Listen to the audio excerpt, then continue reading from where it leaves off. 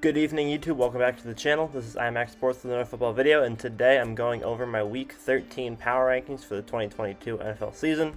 I do power rankings on the channel every single week, and it's a super fun series for me to do, and you guys like it a lot. So, crazy week this week, a lot of upsets. Let's get right into all of it.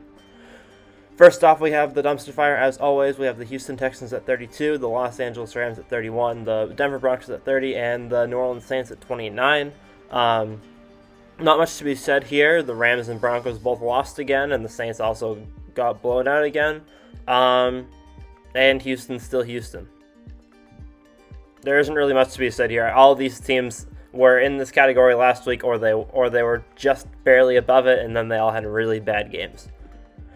Moving on, we have bad. We have the Bears at 28, the Packers at 27, and the Panthers at 26. Didn't want to put the Bears in the dumpster fire because they do have a backup quarterback right now, and they did look promising for a few weeks there, but realistically, their defense has been horrendously bad, and their offense hasn't been enough to make up for it. I think that the Bears have a lot of potential for next season if they can fix their defense. I think that Justin Fields has a lot of potential as a quarterback, but right now the Bears are at 28. The Packers are at number 27 with another disappointing loss. Mostly because other teams moved up. I believe they were at 23 or 24 last week. The Panthers got a win this week. It wasn't a very impressive win, but they did get a win. And because of that, the Packers now have moved below them because Carolina has looked okay recently. And again, a lot of other teams moved up. And I know the Packers were playing one of the better teams in the league. But and they've had a hard schedule the last few weeks, but I need to see more from Aaron Rodgers before I can have them any higher. Next up, we have can beat anyone. We have the Falcons at 25, we have the Steelers at 24, we have the Raiders at 23, we have the Jaguars at 22, and we have the Colts at 21. The Falcons are the lowest here, but although they do have the best record of these teams, that's partially because a lot of these teams have been coming on later on the season. The Falcons have been consistently mid. The Steelers had a bye week this week, but the last couple of weeks, the last couple of weeks with TJ Watt back, they've looked a lot better than they did without him. They also won week 1 with him, so the Bengals with TJ Watt have been looking a lot better. And I think that and I think that they're going to continue to look better as the weeks go on. They did have a bye week this week, so they moved down a few spots just because the Jaguars and Raiders moved up. Falcons are at 25, mostly because they lost this week. They lost to Washington, who's been on a tear recently, so it's not the biggest loss in the world, but it would have been a nice game for them to win. Raiders are at 23, and the Jaguars are at 22. Both of these teams just got massive wins. The Raiders beat the Seahawks in overtime, and the Jaguars beat the Ravens. Both of them beat current playoff teams, current divisional leaders, and both of those games were the Seahawks aren't divisional leaders anymore, but they were divisional leaders until this game. Both of these teams have been very depressing for the majority of the year, but they've looked better the last few weeks. The Jaguars beat the Raiders, and then they also had this game recently. They also have one of the better point differentials in this category, even though their record isn't amazing. And the Raiders had a solid game against a couple other solid games recently. Their offense is starting to look more consistent, and they're looking like a better football team than they did at the beginning of the year. The Colts are at 21. Matt Ryan has a pretty solid record compared to the Colts themselves, and I think that Matt Ryan is going to continue to win games for the Colts for the rest of the year, and they just look more like a team with him and Jeff Saturday. They almost beat the Eagles last week. The week before, they did get a win. And their Colts are just looking like a better team with Matt Ryan. And the few games with Sam Ehlinger brought them down in the rankings, but they are working their way back up. Cardinals are at 20. I am very cautious to put them a whole lot lower after the loss this week, as it was they did have a lead and they should have been able to keep it, but they did lose on a 2-point conversion, and overall they did play a very strong game against a strong team. And I don't want to penalize them too much. If they lose another game, though, then they're going to be down. One of the reasons why I haven't moved them as far down is because they have had backup quarterbacks the past couple of weeks. They beat the Rams in one of those games, and then last week was a horrendous game against the 49ers. But with backup quarterbacks, you can't really expect a whole lot. And Kyler coming back and looking pretty solid against the Chargers was a pretty good look for them. I have the Browns at 19 with an asterisk because Deshaun Watson's coming back next week. And they have a tough matchup for his return. So I need to see how Deshaun Watson plays with the Browns before I can evaluate how good the Browns are with him. So I'm going to continue to evaluate how they are without him, even going into this week, even with him coming back.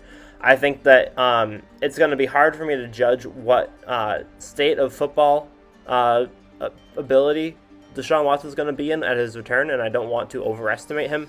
And so I think that it's only fair to evaluate the team as it is currently and not as it is once Deshaun Watson gets back.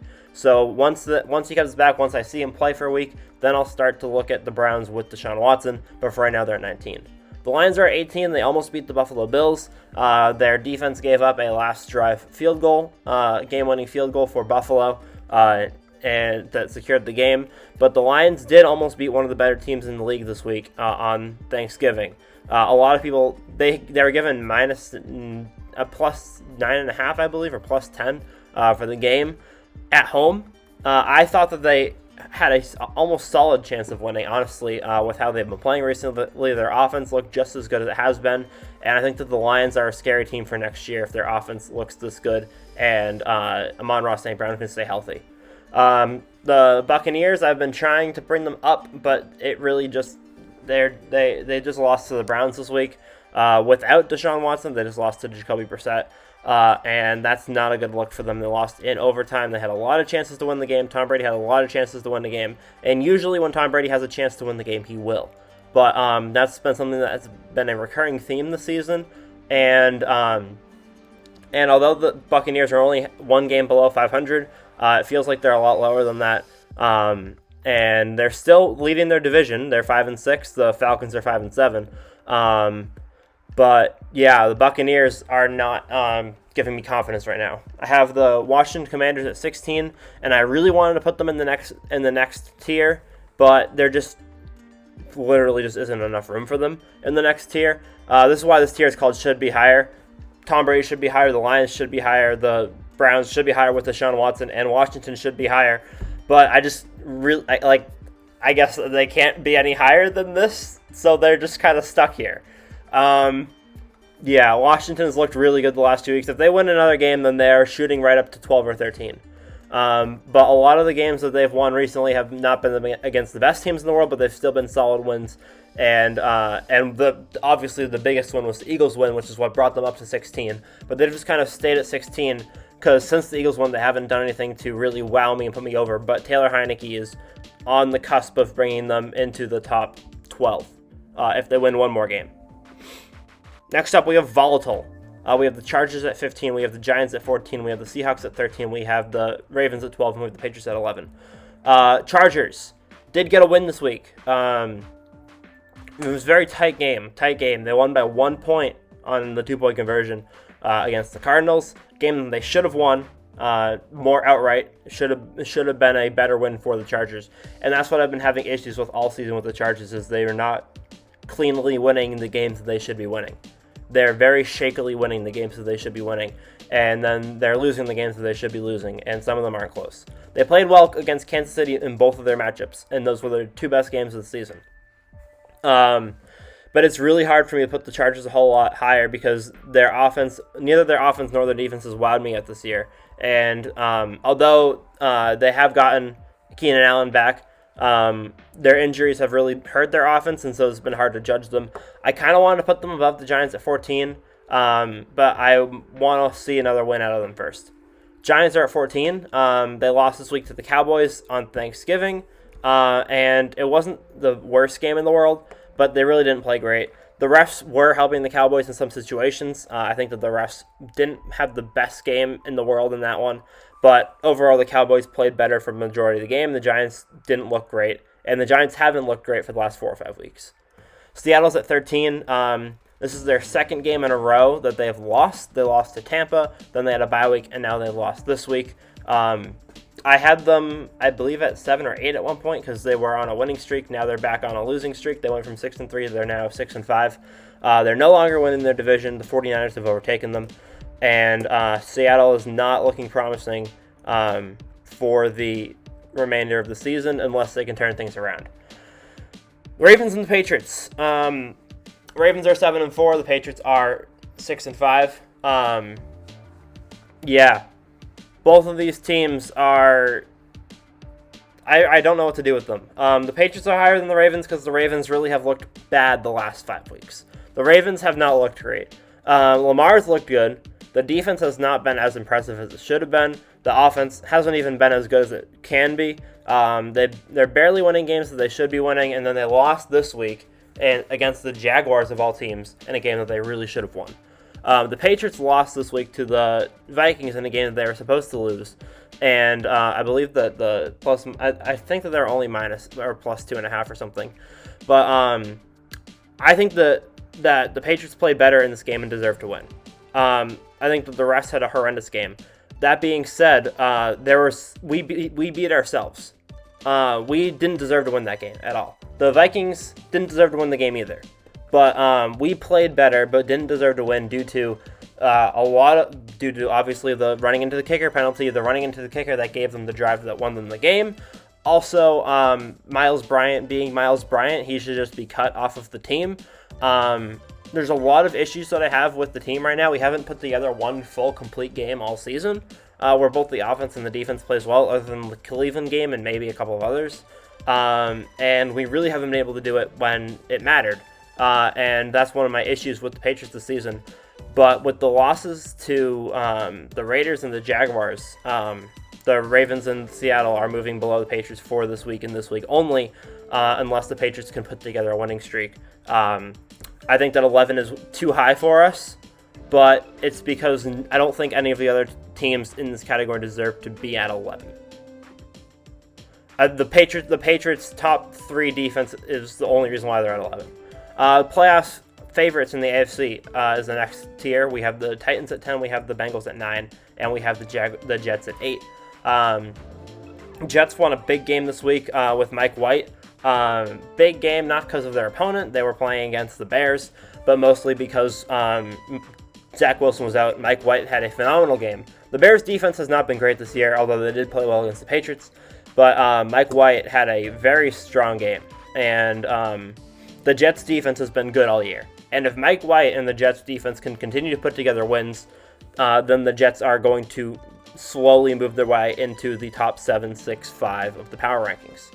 The 2 losses to the Patriots were expected by me because we always beat the Jets. We don't lose to the Jets. And I think that those were flukes for the Jets. I think that it doesn't represent their team fully, and I think that they're going to continue to rise. Bengals are at 9 after their win this week, and the Titans have dropped down to 10. The Bengals have surpassed them by beating them. It was a close game. Tennessee was in it for most, was leading for a lot of it, and then the Bengals were able to take over and win the game. This was a turning point in the Bengals season, I believe. I think that this was the game. If the Bengals lost this game, then they weren't making the playoffs. If they won this game, then I think that their chances to make the playoffs went from around 40% to around 70%. They've proven that they can beat tough teams, and their schedule going forward is very tough. Tennessee has not proven that they can beat tough teams. I almost put them below the Patriots, but I really couldn't put the Patriots in the top 10. Tennessee was the one team from 11 to 15 that I was like, okay, I guess you can kind of go into this category. But none of the teams from 10 through 15, I believe, have any chance to win the Super Bowl. The Titans have not had an impressive game all year. They've been blown out by Buffalo. They haven't beaten anyone with a winning record, I don't think. They might have won one game against a team with a winning record, and they've mostly just beat up on their bad division. 7, we have the San Francisco 49ers. 6, we have the Minnesota Vikings. 5, we have the Buffalo Bills. I have finally split up the NFL's Elite because I'd like to add a team to it. So now we have 2 categories. We have the Super Bowl contenders and the NFL's Elite. NFL's Elite usually has 3 or 4 teams in it anyways, so I'm glad now that we can separate them. Most of the separation is because the Vikings and the Bills both did win, but they were very sloppy wins. against teams that they should have beaten outright. The 49ers have entered this category after their third dominant win in a row, their third very dominant performance in a row. And I think that the 49ers are starting to prove to me why a lot of people had them around 5, 6, or 7 when they got Christian McCaffrey. I said 49ers prove it, and now they're proving it. They're at 7. They could be at 5 or 6. I think that they have the talent to be at 5 or 6. I'm hesitant to put them there because of the Vikings and the Bills' records and the teams that they've beaten. And the 49ers honestly don't have a lot of wins against strong teams yet this year. But I think the 49ers have the potential to get to that 5 or 6 spot eventually. Moving on to the NFL's elite, we have the Chiefs at 1, we have the Cowboys at 2, we have the Dolphins at 3, and we have the Eagles at 4. The Eagles did win this week against the Packers. It was a solid win. The Packers are a solid team. Eagles are still staying at 4. Next week will be the week if they want to get back into the top 2. Then if they win next week against the Titans, then they're back in the top 2. The reason why I knocked them down was because they lost some of their consistency from earlier on in the season. The last couple of weeks, they had a very shaky game against a not very impressive Colts team, and they lost to Washington, mostly due to turnovers. This week, I'm keeping them down there because I need to see a game against a strong team to put them back into that top 2.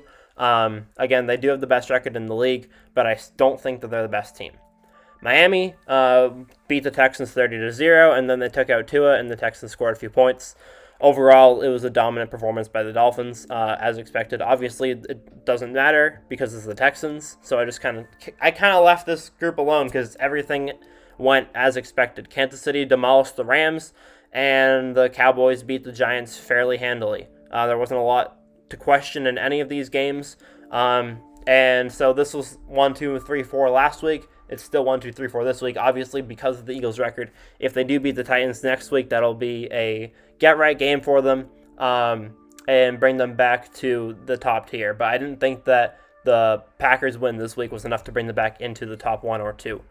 Also, I'm very excited to see how Miami plays the next few weeks, obviously, because since Tua's gotten back, they haven't played very good teams. So I want to see them play some better teams. So thank you guys for watching. Hope you guys enjoyed. Leave a like if you enjoy the content. Subscribe to the channel if you're new, and I'll see you guys on the next one.